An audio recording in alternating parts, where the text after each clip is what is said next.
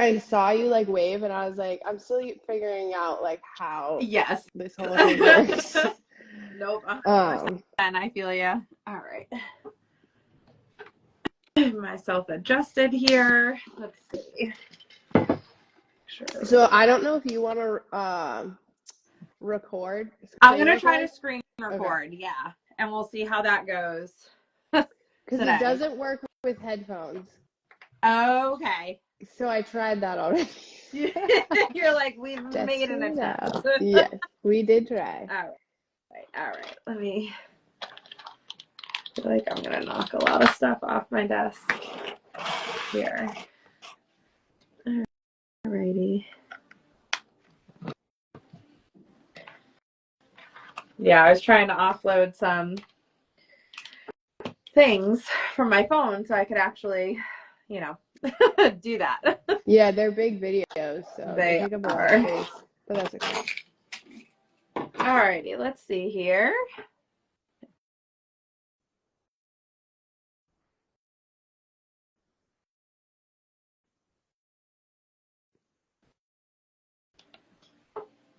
All right. Let's give this a whirl today, girl. All right. So I thought we could talk about body image today because for those of you who haven't listened to House of Mar, you definitely should because one, they're hilarious and I love Alona. I'm like obsessed. So they were just talking about body image in general, and she is like a really big name that talks a lot about body image and being comfortable in your body and all different body types. And when it comes to our industry, there's a lot of different opinions on that. Yeah, absolutely. This is definitely like a taboo topic, I think, within our industry. It's like, I think a lot of times we find it highlighted secretly and almost in like a negative way. Lots of like fear mongering here and things. But definitely something that I actually enjoy navigating through with people over at Mission Mama, and a huge thing that I see for moms as well. So I'm hoping that we can talk about that piece specifically a little bit today. Yeah, 100%. Yeah, we'll go from there. Definitely. So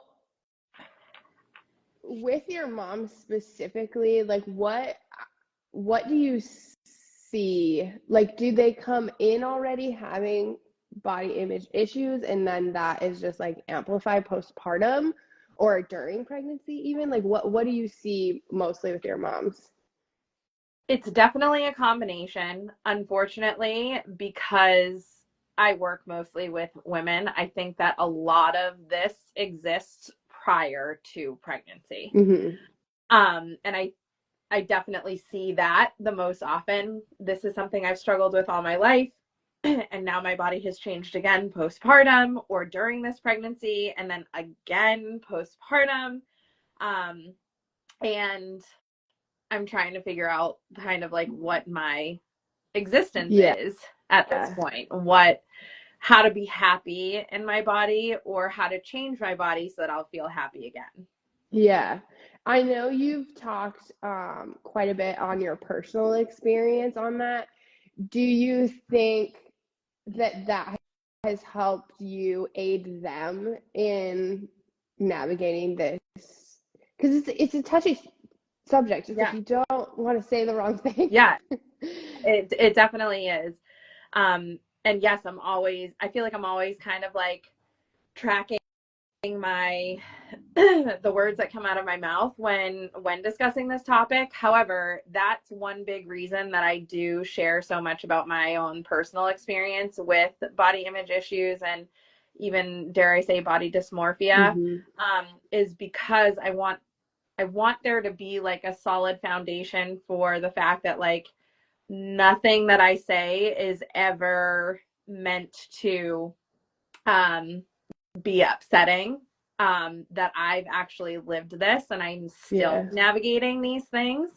And so I'm always coming from a place of love and support, never criticism or, forcefulness in directing your change. Have you ever come across someone who didn't struggle with this, or like didn't see their body as like the way it looks, just how it performs? Have you ever come across anyone? I'm sure I have. I think they just, I hate to say it this way, but I almost feel like they just don't stand out because like they are Yeah. such like a diamond in the rough Uh-huh. situation, you know? And that's a beautiful and wonderful thing. And I wish more people were having that experience. I just don't think that we're there just yet. Yeah. Um, but yeah, that being said, it's like, it's wild. Like, why don't we see that side more, especially Mm-hmm. when we're working with a female demographic? What about for your work? Do you feel like you've come across these individuals? No. No. And then I would even say, like, I know one influencer, or she's not an influencer, she's actually really like educated and good at her job, but she said once that she really didn't view her body that way. It was more she viewed it on performance. And then I almost feel like that wasn't true. Mm. Like, even though she said that, and maybe that was like her more dominant thought process, I still feel like there was like a layer to that that was aesthetic based. Well, I think kind of the piece that's maybe like hidden there is perhaps with these individuals where they're like, no, like my body, you know, does so many things and it's like a performance machine. Could that right there not be the dysfunction within itself, right? Is like the only purpose my body has is to be really strong or really powerful. You know what I mean? But not Yeah, necessarily being pleased by the actual aesthetic, the actual look right, of your body, only what it can do. right. I think it's so tough. Um, it's like, are both of those things okay? Like, can I want to perform but also look good? I think that's perfectly acceptable. It's like when those things start to preoccupy all of our thoughts.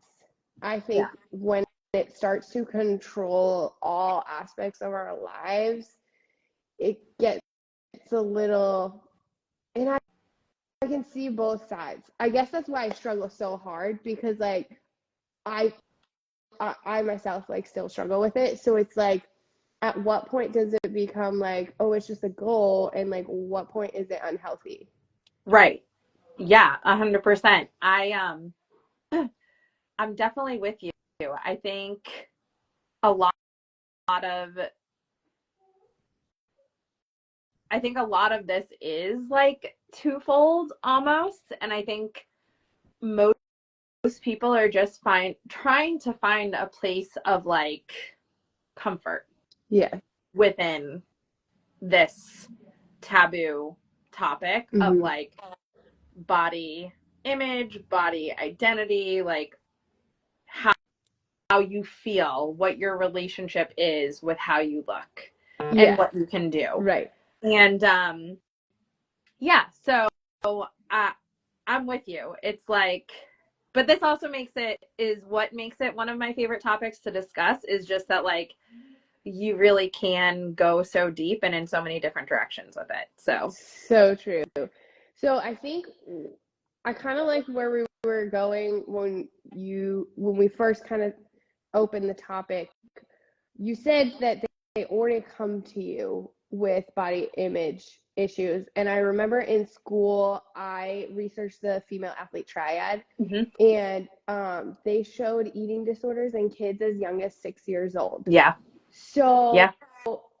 there's something societally based Mm-hmm. that is affecting, and not only girls, because boys have their own set of issues, body image wise, to work through.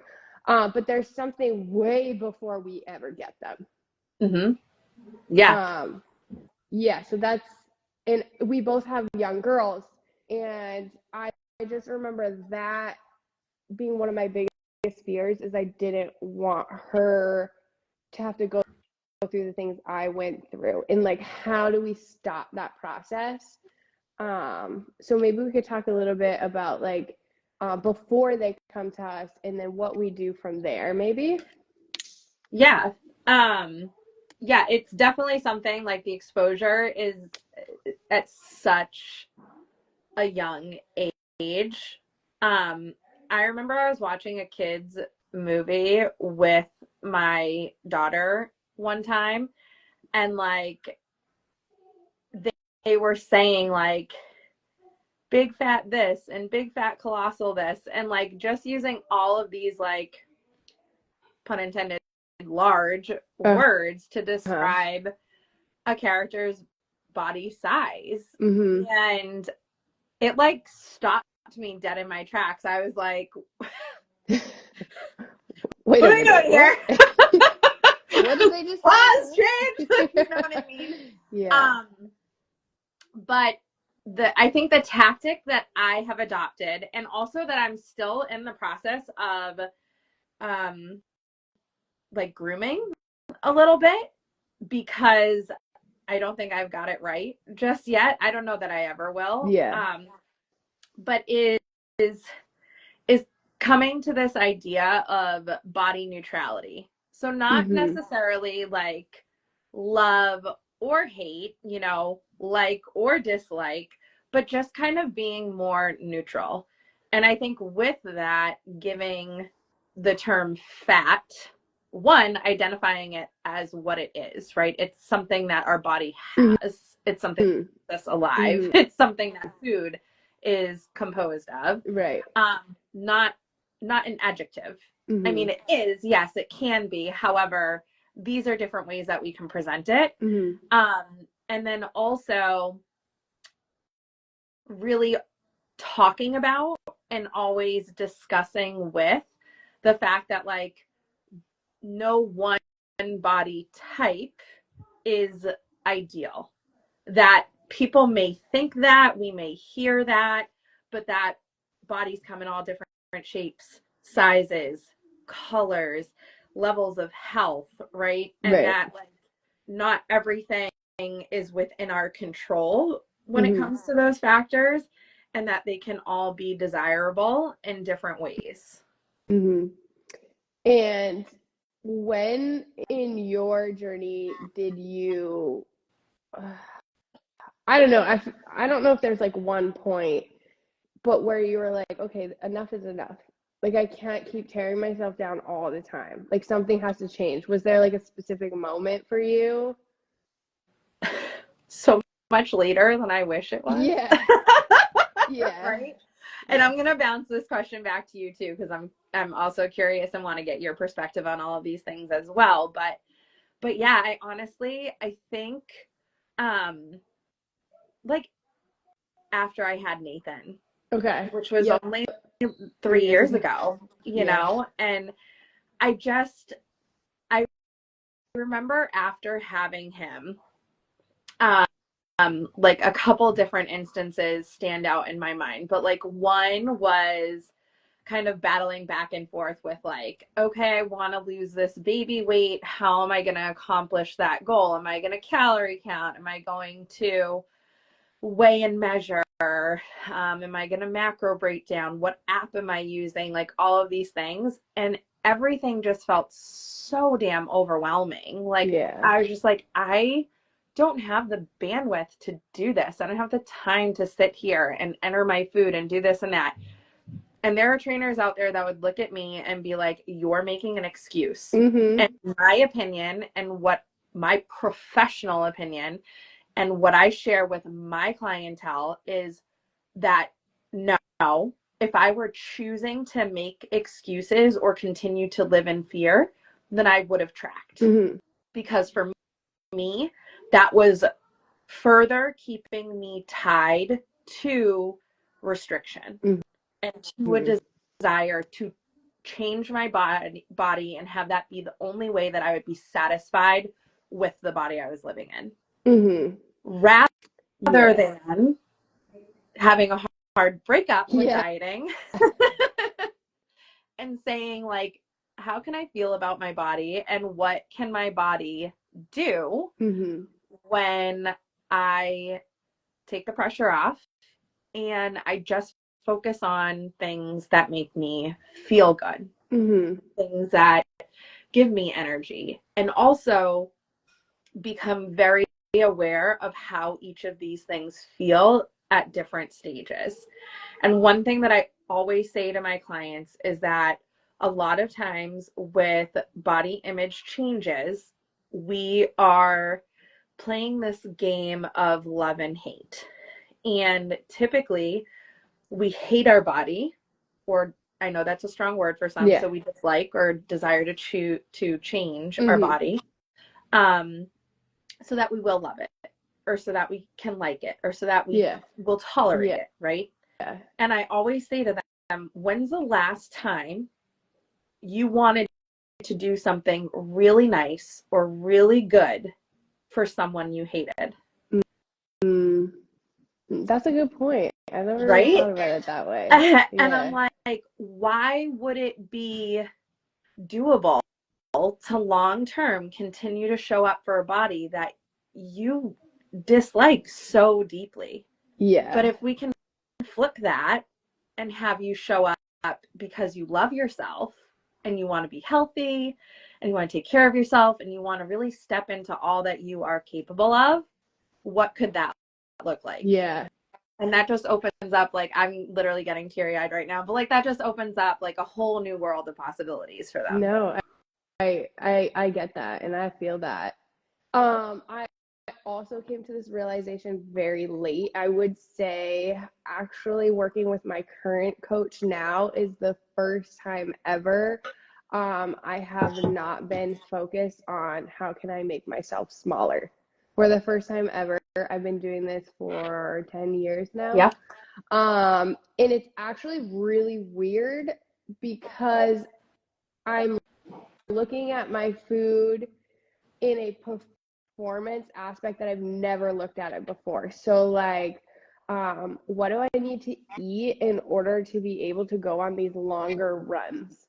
Because I was getting gas towards the end, and it's like this completely different world I've stepped into, and it's crazy. And I specifically remember I was trying to lose weight for my husband returning for homecoming, and I was like, my belly won't go away, and I'm hyper fixating. There was like 5 more pounds to my goal weight. Like this was 9-ish years ago, so it's fairly new to working out. And the moment I stopped hyperfixating on it, it was like, boom, I lost the weight. And now that I've kind of taken weight completely out of the equation, I don't weigh myself. I'm not really doing measurements. I'll weigh myself for check-ins once in a while just to kind of see where I'm at. But my body has started to transform in the way I always wanted it to by not focusing on how it looked, which is insane to me. I'm like, whoa. But it's like the first time ever I've just looked at like, how can I, make my running feel better? How can I make my lifts feel better? Like, what do I need to eat to fuel? Not worrying about calorie counting, macro counting, just like really like fueling. And yeah, the body responds quickly. And it's the first time I've ever seen it. And I'm like actually really, like I messaged my coach and I'm like, I feel so good. And this is like the first time in my whole life I felt that good. And like, even if someone were to say something to me right now, I'd be like, I really don't care what your opinion is. Like, you don't like that I wear a crop top? I really don't give a fuck. Like, I like it. So, okay, bye. And it's like the first time ever. So it's taken me this long. So I'm 32 now. So it's just taken 32 years. It's fine. Yep. No, I'm with you. And 34. So it's 30, 31, 30. Yeah.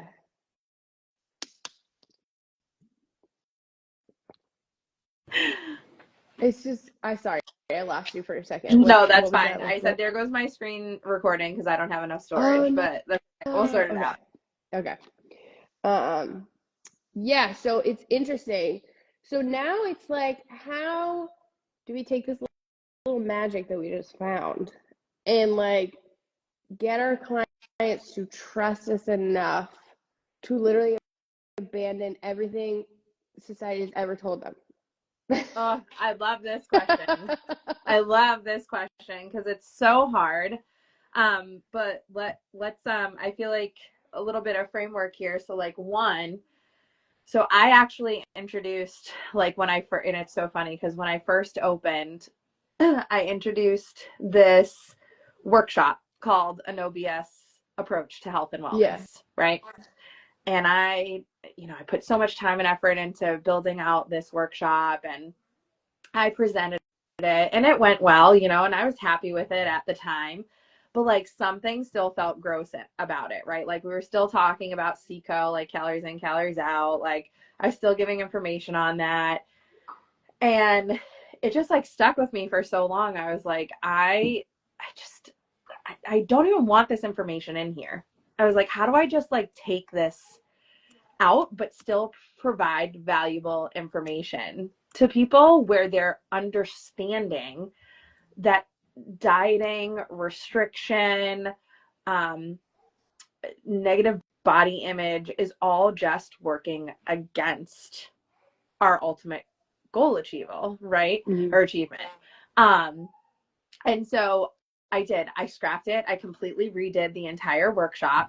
And now what we focus on is how stress impacts fat storage and how dieting or restriction stresses the body. So if we are actually trying to get our bodies to change, if we do have a body modification goal, let's like rip the Band-aid right the Band-Aid off of that. Like most of us do, and there's nothing wrong with that. Mm-hmm. Where this distortion comes in is when there's no ability to be satisfied unless it's achieved. We have to understand that there's so much that goes into having our body like primed to make those changes. And like you just said, now viewing food as something that's fueling your workouts, that's giving you energy, that's doing all these things for your body, taking stress and pressure off of a scale number or a goal weight or things like that, is giving you the freedom, which is allowing your body to come back to a more homeostatic place 100%. to then start burning this fat as fuel. Right. So a lot of people are going to get angry with what you had to say. Like super pissed off. This calories in, calories out thing is such a controversial topic right now specifically. And so like when I work with clients who've been restricting for such long periods of time and they're so afraid to eat, it's hard because in the short term they may gain weight, and that's literally the scariest thing to them. In the long term, it's so beneficial. So while you're saying you like scrapped it, how do you like explain that to them, or like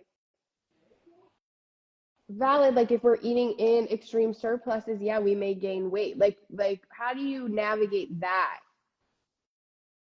So answer this question for me, because obviously but let's tell all our viewers. Yeah. What weight are we gaining? Mm-hmm. And what like is the short difference? Term or long term? Just that term right there. What type of weight are we gaining? I guess we don't know. Exactly. We don't know. And so if it's fat, water, muscle, we don't know. Inflammation, we don't know. Yes, right? Like, and that's the thing. So people come and they're like, I want to lose weight. I want to weigh X number of pounds. Okay. So you want to lose fat, or do you want to lose muscle? Okay. Do you want to lose water, or do you want to lose fat? Okay. Right? You know what I mean? Yeah. So like weight, it's like that's step number one, is clarifying and identifying to people that weight does not equate fat. Correct. It's a type weight loss of weight equal fat loss. Exactly. Yes. Yes. That's something we go over too. And I like how you frame that. It's almost like a reverse psychology, right? Because most people want more muscle, but if we're just calorie restricting, we actually don't know what we're losing. No. Unless we're getting in a bod pod or whatever. Yeah. You know, and actually measuring. But none of us are doing that. Yeah. Yeah. Okay. Yep. Like So I think that like step number one is just really helping people identify like what are you actually trying to accomplish. And I think the other piece to that for me is kind of really just the topic we're on today with body image is if somebody's coming to me and they're saying, I want to lose fat or I want to lose weight, whatever it is, however they present it, I want to know their dieting behaviors and like their dieting history. Cause like for me, and I like just realized this very recently too, working with my dietitian, I was like, you know, we have these expectations that, okay, I'm going to adopt a body positive mentality. And so I'm going to start seeing changes. And for some people, perhaps, right? Like, yeah, maybe it does happen quicker for some versus others. And we talked about this last week a bit, like genetics, all that stuff is going to play a role, stress levels, so on and so forth. But I have been restricting food like to as low as 1,000 calories a day. I probably did that very consistently for about a decade of my life. wow. Like wow. even in college, like wow. even when I was doing my bachelor's in strength and conditioning, that's how hard it is to like outlearn these behaviors. Like even though the scientific information is right in front of your face, like you're literally learning it in classes, it's so challenging, right? And then even past 1,000 calories per day. So now maybe I'm allowing myself a bit more, but I'm still restricting. I'm still calorie counting. Was probably at least another decade of my life. So we're talking 2 decades, 20 years of some type of restriction, of some type of homeostatic disturbance within my body, which is further stressing my body.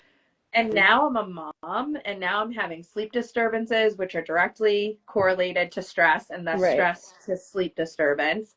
And it's like, how do you put a timeline on how long it's supposed to take? Because the first thing we need to do is get you to a place where your body feels comfortable enough to allow that to happen. So maybe that's something we talk about a little bit too, is like how does one's body trust itself enough to let go of some of this stuff? Yeah, so when people talk about that kind of stuff, and I say people talk about that kind of stuff, that was very unspecific. I mean, like when people have been restricting for such a long period of time, I have to remind them that you created this new norm for yourself.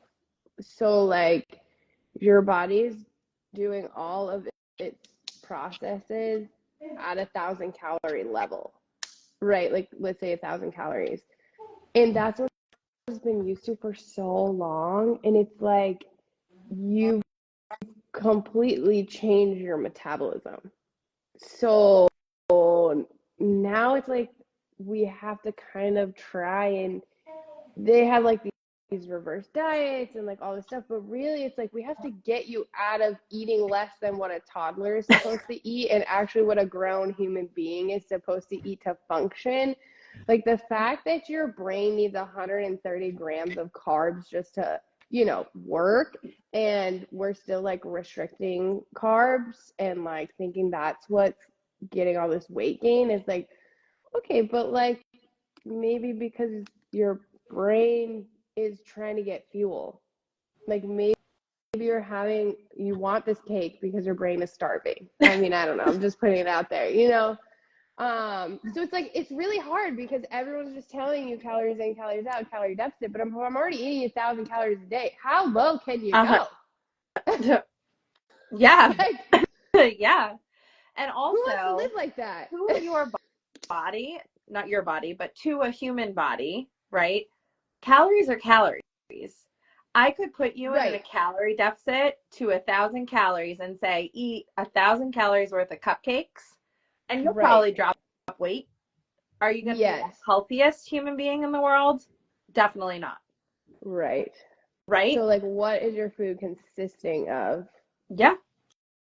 Because 2,200 calories or 2,500 calories of nutrient-dense food is going to do a lot different than 2,200 calories of cupcakes, if we're using cupcakes for example. Yeah. And also allowing people to understand that like breaking that stigma of like good foods versus bad foods is such a hard thing. And it's so hard to not tie those good versus bad to yourself as well. I ate a cupcake, which is a bad food for me, and therefore I am bad. Yeah. No. It's I interesting. ate a cupcake because it's delicious.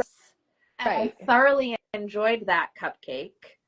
However, if I ate cupcakes all day long, I probably wouldn't have much energy to do very much other than just sit on my couch and Netflix and chill all day. And maybe once in a while, that's exactly what I want to do. Right, which there's nothing wrong with. So it's interesting you say that because actually one of my clients, I posted a picture of a burger and fries after I did the Murph because I had that for dinner. The other day. I was like, damn, that looks good. Also, good job. So delicious. But one of my clients messaged me and said, "You earned it," and I started to respond, and I was like, I don't know how to respond to this because if I wanted the burger and fries, I would have just ate it regardless if I did the Murph or not. And I think it's really like, I think what we're trying to say is that perspective behind food. Like, I could look at it as like a couple different ways, right? I did the Murph, so I earned this food. Like, I'm a dog and I get a reward system. Or I'm refueling because I use a lot of fuel to do the Murph. Okay, that's one perspective to look at it. Or I want a fucking cheeseburger, so I just ate a cheeseburger. Like, I think it's so hard. It's so hard because I've been all three of those people all at the same time. Yes, literally within that one sitting, you may have had all three of those voices going through your head, right? Yeah. 100%. And I think here is where people are going to come for me. It's okay. I'm going to shake it out. But like, here's where some of that fear mongering comes in, right? It's like, if you were more disciplined, you wouldn't need to eat that, or you wouldn't crave that when you're not just refueling your body. And that's just not the case. Like, it's just, and working with moms too, like I was saying this to one of my coaches the other day. I was like, I am so sick of moms feeling like they need to take more away from themselves in order to be able to be the person they're looking to be. Moms have enough shit taken away from them. Like, literally, we give up our entire body to grow an entirely new person from this bunch of cells to a full walking, talking, living, breathing individual. Yes. We give up so much of our time and energy, right? Like, that's one of the biggest reasons moms don't put time into themselves or get a gym membership or do any of those things, is because we're so scared of taking something away from our kids, but we're so willing to take it away from us. God damn it, if you want to eat a friggin' cheeseburger and french fries because that's what makes you feel good today, like, mama, you go get that cheeseburger and french fries. Yeah. So then the question becomes, and I'm going to play devil's advocate here. At what point, though, do you say, well, and this is what I try to tell my clients. I really wanted this cheeseburger, so I just ate it. But at what point are you able, or should you is not even the right word. I don't even know how to word this. I'm just gonna say it. Choose something else because you know it'll make you feel better. Like, yeah, cheeseburger would be nice, but actually I'm gonna go with, I don't know, this chicken salad because I know I'm gonna shit. Such a wonderful time.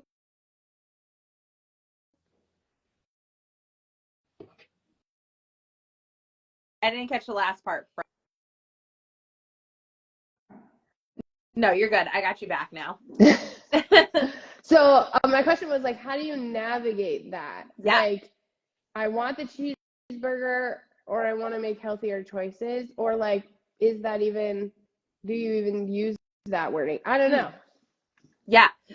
So I was gonna say, like, what a wonderful time to bring in this topic of food freedom. And when there's not restriction, we have the ability to eat whatever we want, whenever we want. Mm-hmm. And so you asked, I think, what did you ask before, or what was stated before?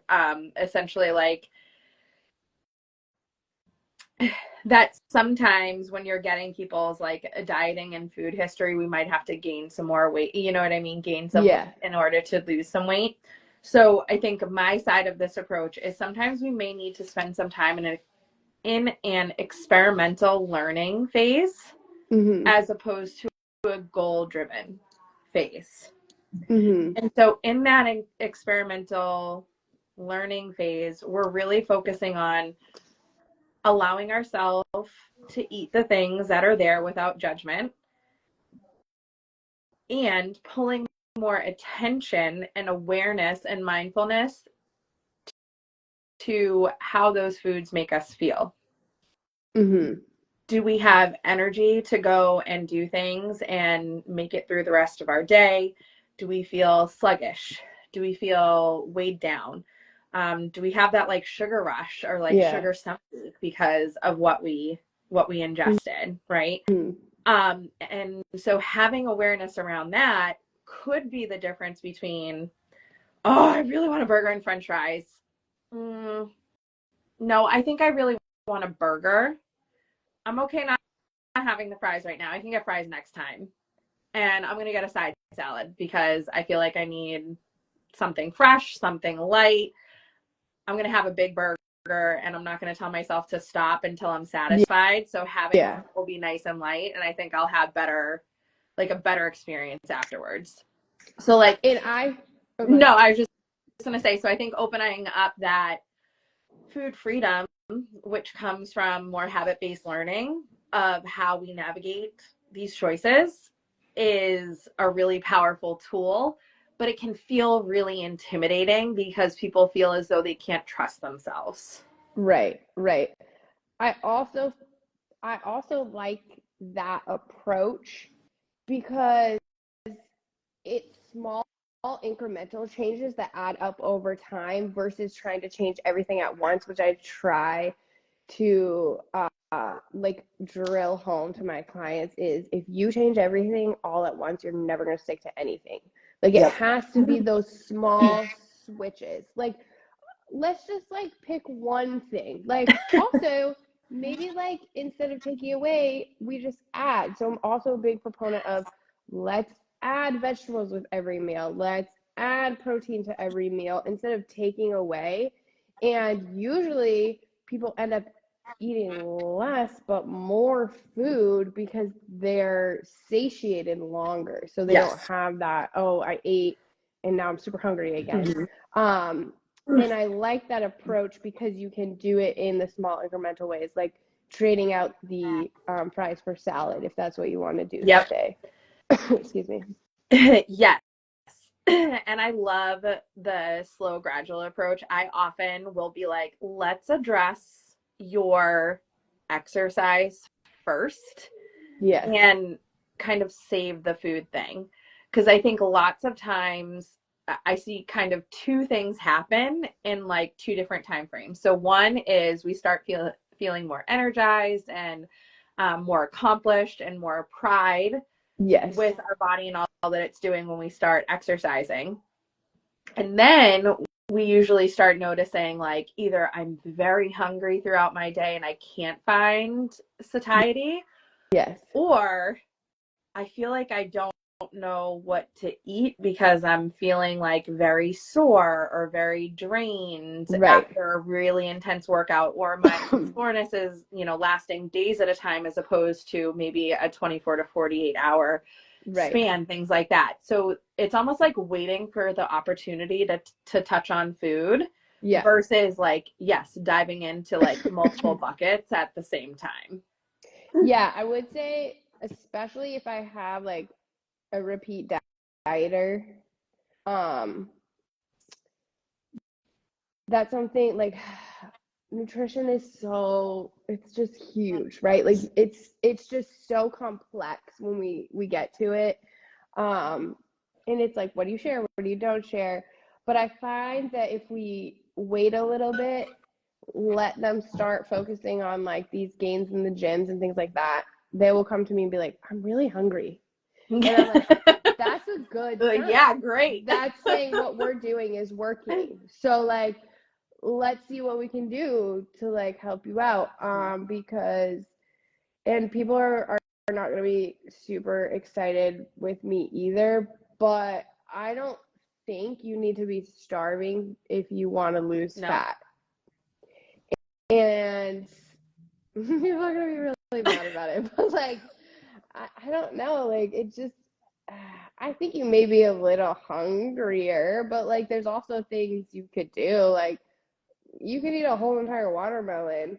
Like, if you're like a volume eater, like, I think there's things you can do where like maybe you are like making those swaps we were talking about. And as a result, maybe you're eating less than you were before, but you don't feel like it. Yeah. I guess. You know what's so interesting is I used to think that I was a volume eater. Uh-huh. I used to think that I needed like all of this bulk in order to feel full, right? And then Dave and I, my husband, we did this like span of like a few months where we started ordering from those almost like a HelloFresh type of deal. They send you all the ingredients with the recipe cards and you make the meals, right? And it would be like 4 servings, and we'd like look at each other. We're like, where's the other half? Yeah.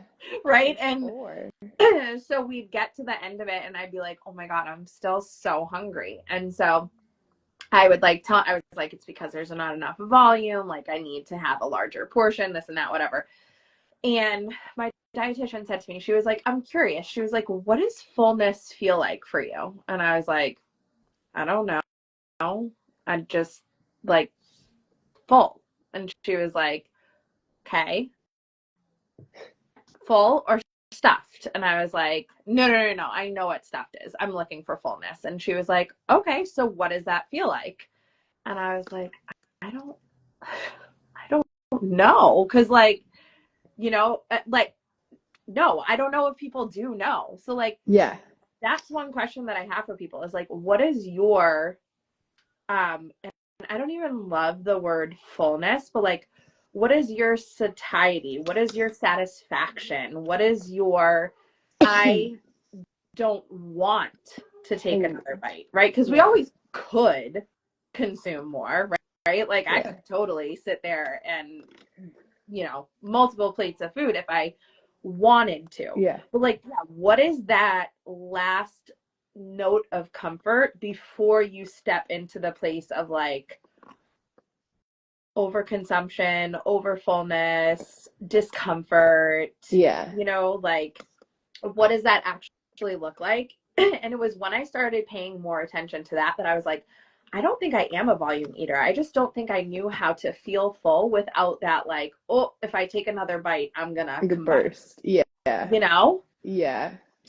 Yeah, I think that's a hard one too. That's also why I like versus like counting or whatever, like the plate, where like even if you're out to dinner or whatever, you can still make this plate of like your proteins, your carbs, or your vegetables or whatever. It's very simple. And I think you could literally do that with anything. Like I literally do it with chicken nuggets. Like so like that's one thing where I feel like it's so complex, but not complex. Like, it's like, I don't know. It's so hard. And like, that's why I kind of want to jump into this topic, because I think there's just so much information out there and it's so hard to navigate. And like, also just being new to like performance eating, it's weird. So, Yep. yeah. So I think one like interesting last topic to maybe touch on here within this very broad world of nutrition, food, dieting behaviors, and ultimately body image is that every day can be a little bit different, right? And I'm sure you, just like I, experience this. Sometimes I have very hungry days, and sometimes I have very not hungry days. And we don't have to go into the specifics of this right now. This is definitely a bigger, deeper topic. But as women who are on a menstrual cycle, that is highly influenced by hormonal state as well, right? Right. And so, yeah, when we're following strict prescriptions of a numerical amount of food that we get each day, what do we do on those hungrier days? Or what do we do on those less hungry days, right? It's like we have to hit our number. And so we're constantly pulling ourselves outside of what our body is literally already designed to do, which is tell us when we're hungry and tell us when we're full, right? So, yeah, I think just like leaving people with the note that each day is its own 24-hour span. Right. And may feel different each and every time we experience it, no matter how much we try to control it. Right. And so the more we can know about ourselves, I think the better our experience with all of this, because it is all of this, will be. Yeah, because this went in a little bit of a different direction, which is totally fine. I think I'd love to go back to start a little bit more on the body image side. And we can talk more about pregnancy and like going from pre, post, and while being pregnant. I think those would be great topics. I think most of the people we train, I mean, I know you have a majority of mamas, but like also the majority of women. The statistic's really high. It's like 90% or something, right? Yeah, have had or have been pregnant at one point. So I think that would be a great for next time. Definitely. I think let's do a part 2 here. And I'd love to have both of us open up these questions and topics to our audiences over the next week so that we can get some, feedback from them on what they're curious about. Yeah. And we can really do a deep dive into women's experiences with body image and also as it applies to pregnancy and postpartum. Yeah, I think that would be good. Yeah, I'll put some question boxes up if you want to do the same thing, and then we can kind of come together and answer some of the questions. Maybe do more of a Q&A. Yeah. Cool. Okay. All right. Well, thank you everyone so much. We will upload this to YouTube, and if you didn't watch the last one, you can go back and watch that one, and we'll be back next week. Awesome. Talk soon, everyone. Bye. Bye.